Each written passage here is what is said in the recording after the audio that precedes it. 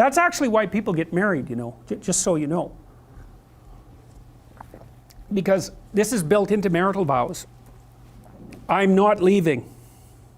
Ever, no matter what. It's like, okay, well, that definitely puts a boundary around our arguments, right? Because I can't say every time you manifest one of your flaws, which you're likely to do just as often as me, well, enough of this. It's like, that's horrible, man. If your whole life is, well, every time you get out of line, I'm out of here. It's like, how the hell are you? First of all, you're not going to admit to ever doing anything wrong. Second, you're going to be on your, you're like a scared cat the entire relationship because, well, who knows, it could just come to an end at any moment. It's like, you know, people say, well, if the possibility of divorce is open, it makes you free. It's like, yeah, that's what you want. You want to be free, eh? Really? Really?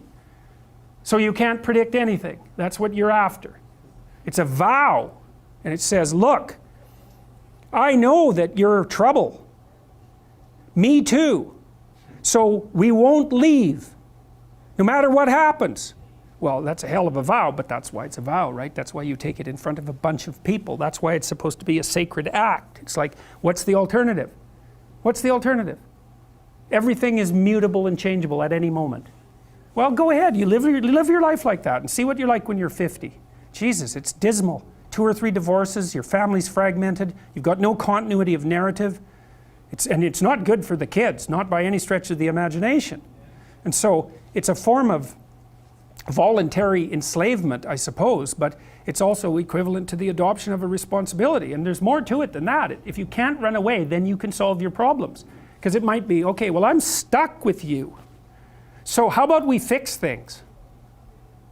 Because the alternative is we're going to be in a boxing match for the next 40 years. That's the alternative. So, and you think you're going to fix problems without something like that hanging over your head? There isn't a chance. You'll just avoid them because that's what people do. It's really hard to solve problems, especially in a relationship. We're having a fight and I find out that it's, you know, because you were abused by your uncle when you were 5 or some goddamn thing. You know, it's like, it's very frequent that that sort of thing happens. There's your partner is, you know, manifesting some weird anomalous behavior. You just can't make heads or tails of it. It doesn't seem related to what you're doing at all. They don't want to talk about it. And so as soon as you bring it up, they get mad. And then you bring it up again, they even get madder and they tell you that you're not going to talk about that or they're going to leave. And so maybe you're really, really persistent because you're kind of a son of a bitch, and then they break down and cry, you know, and then they have this horrible memory that comes flooding forward that's completely, you don't know what to do with it, and then you have to sort it out. It's like, you think you're going to do that unless there's a good reason? You have to know, we better sort this out or we're going to be carrying it around for the next 40 years. That maybe is enough motivation so you'll actually try hard to solve a problem. It's a lot easier to say, well, sorry, we're not going there. But then, good, you'll have it every day, every goddamn day for the rest of your life.